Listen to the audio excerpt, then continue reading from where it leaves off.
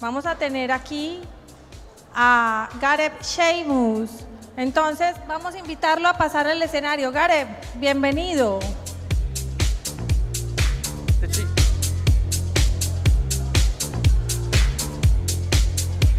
Les voy a ir contando un poco. En este espacio vamos... Call me yet? Oh. Gareb. Hello. Shamus, bienvenido. Hola. Vamos a hablar, tenemos a Gareb, que es el creador. Por favor, siéntate cómodo. Es la primera vez que Gareb está en Buenos Aires. Entonces, tenemos acá al creador de la ComicCon, líder indiscutible de la industria del cómic, y nos va a contar cómo Web3 y los NFTs y blockchain están incidiendo positivamente y generando oportunidades para esta industria. Gracias, Gareb. Thank you. Let me do a brief additional intro. Nosotros tenemos grandes speakers, ¿sí? Que han venido, ¡ay, Dios!, del mundillo Bitcoin y qué sé yo, pero cada vez que me preguntaban qué speaker querías escuchar, ¿sí? A nosotros los escucho siempre. Gareb es el creador de la ComicCon, y yo que soy un pibe medio así que me gusta la diversión, que claramente. Para mí era, wow, I'm having Gareb Shamus here. So, for me, it's like an excitement to host you here again in this event. Y para los que no saben, la ComicCon is 2.500, no sé cómo decir los números en inglés, 250.000 personas. Se anotan 500.000, solo 250.000 pueden ir, ¿sí? Y es una revolución, la verdad, lo que hace este muchacho. Así que es un number one de creador de eventos, number one en la industria suya. Thank you, Gareb. Just share your knowledge with us. Thank you. So amazing to be here. It's my first time in Argentina, first time in Buenos Aires. Love it here. So it's so nice to see everybody. Thank you. And for anyone who doesn't know, I've been in the superhero business my entire life. As a kid, growing up, collecting sports cards and comic books. And my brothers and I were very big into comic books that my mom opened up a store to sell comic books. And then when I graduated college, I started a magazine called Wizard.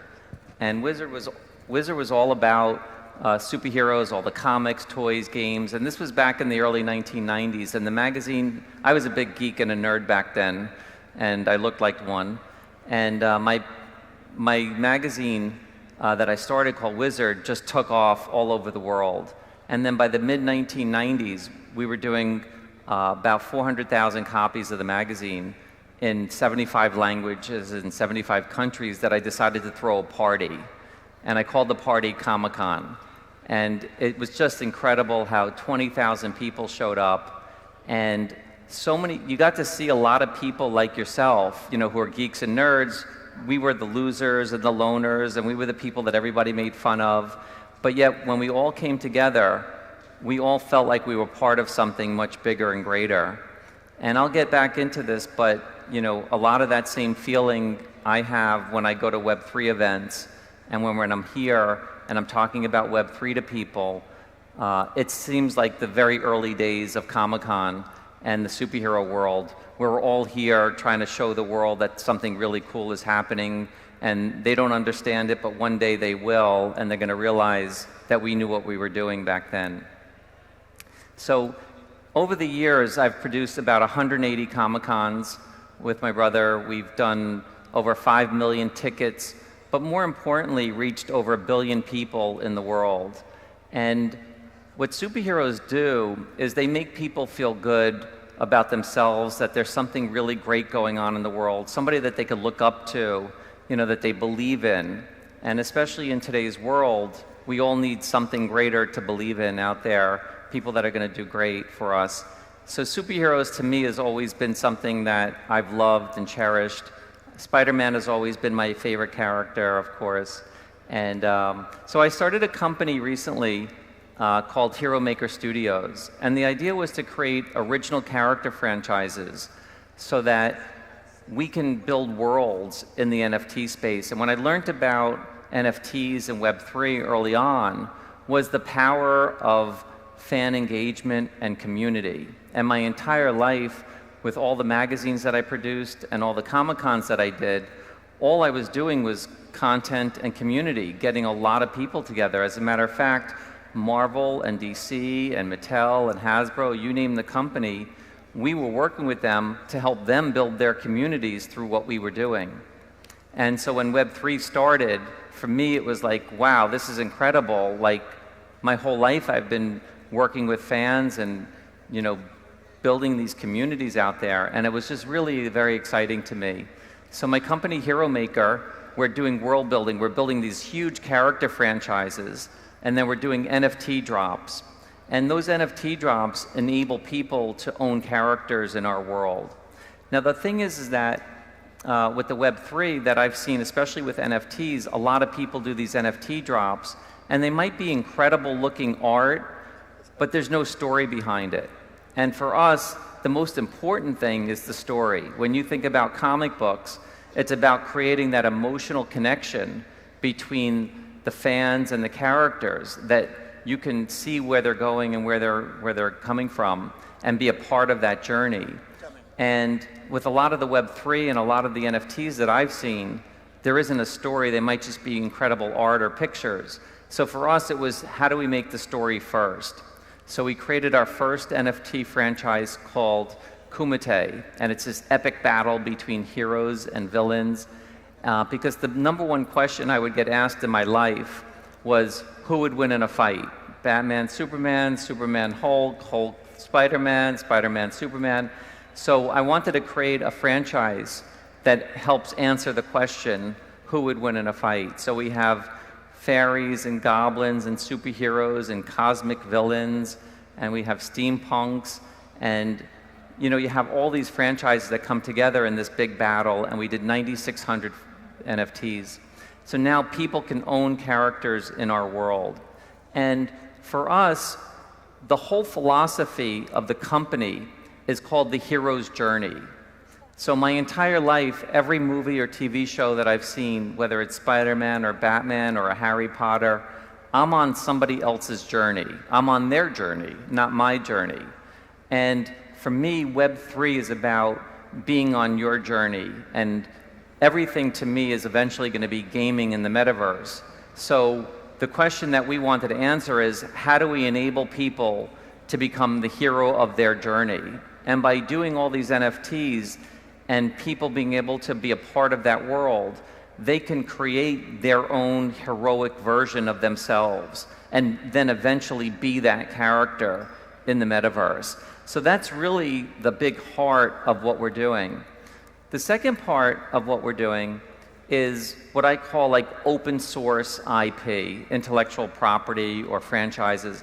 And what open source means is that we want it to be that anybody could use these characters to create. A lot of times you might be a great writer, you might be a game designer, you might love toys, but you may not have the right idea for a character, but yet you're really good at what you do. We want people to build in our world, and that's what we're doing. We're creating communities of makers so that people can make these characters, and it's called open source, meaning that we want everybody to feel welcome, that if they want to write a story about our characters in, you know, and make a comic book out of it, they can then create it and sell it, and you know, and actually even make NFTs out of it as well.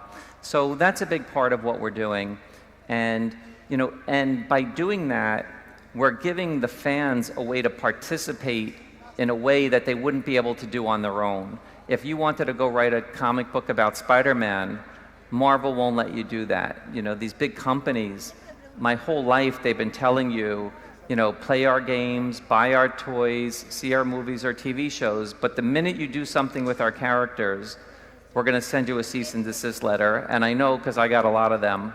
And you know, so by what we're doing though is we're enabling fans to do things that they've never been able to do with these fan franchises. The other thing that we're working on is creating what I call a limitless business. So many times people are creating businesses that are very limited in nature. And I'll give you an example of a big one. Take a company like Disney.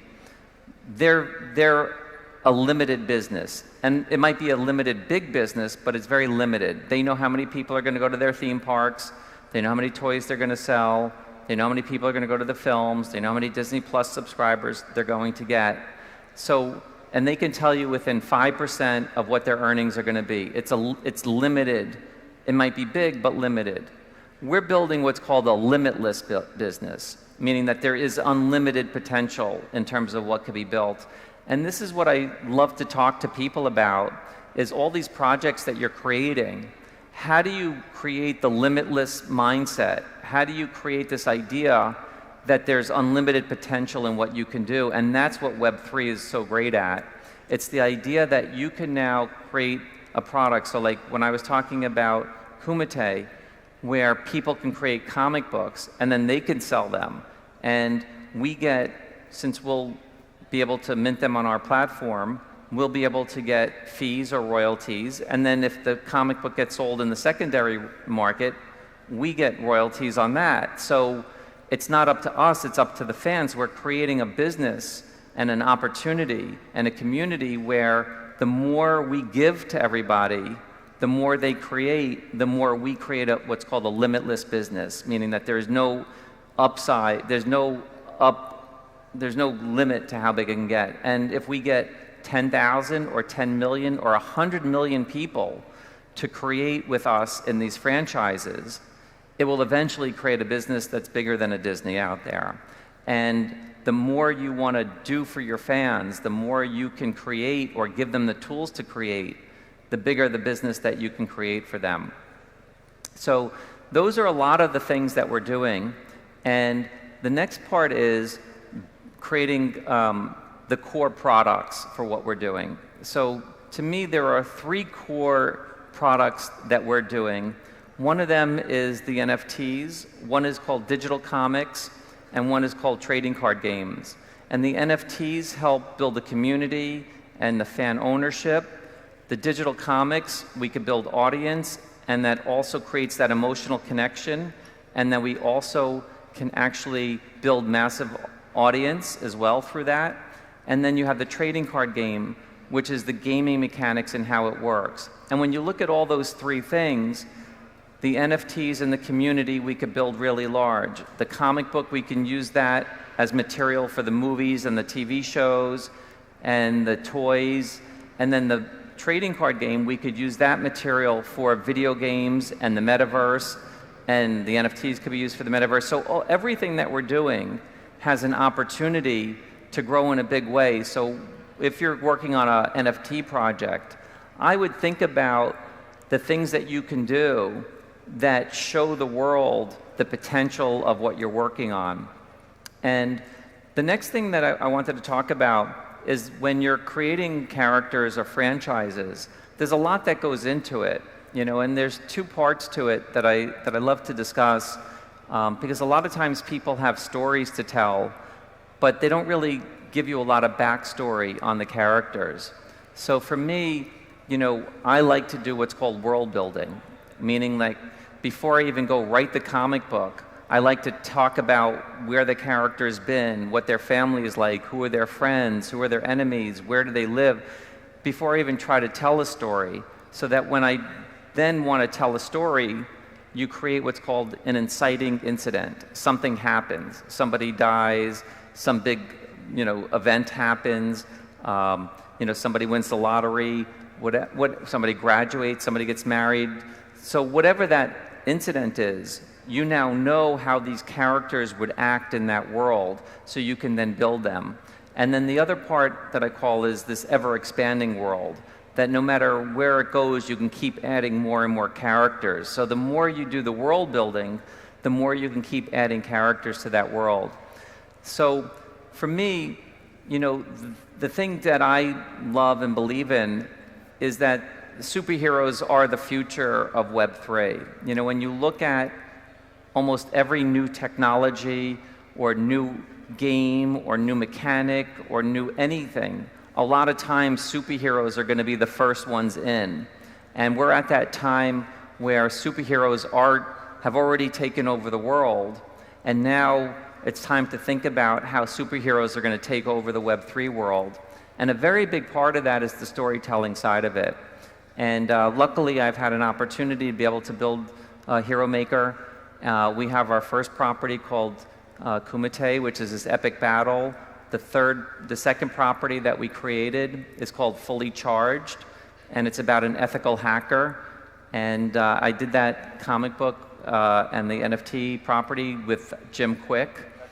Jim Quick is the #1 brain coach in the world. He's got over 10 million followers, and he trains all the celebrities and on memorization, and he's and also speed reading, and also just somebody who's just incredible about your brain. And the character uses his and the sister, they use their brains to succeed. So that's why I'm working with Jim Quick, and then we did a deal with a company called One Of, and we also did a deal with eBay to be able to sell the NFTs to a much, much larger audience. So a big part of what we want to do is take what we're doing and start bringing in very big partners into the world. And one of the last things that I wanted to talk about in terms of being able to bring in big audiences is that we also just recently did a deal with Deepak Chopra. So for anyone that knows who Deepak is, he has over 100 million fans around the world. He speaks all over the world about consciousness and mindfulness and meditation. And we're going to be doing original franchises with Deepak for film and television. And this way we could bring in the 100 million people that love Deepak. We could bring them into the NFT space and do digital comics and do trading card games and all the things that we can. And that's where we're using superheroes as a way to bring everybody from the world into the NFT space.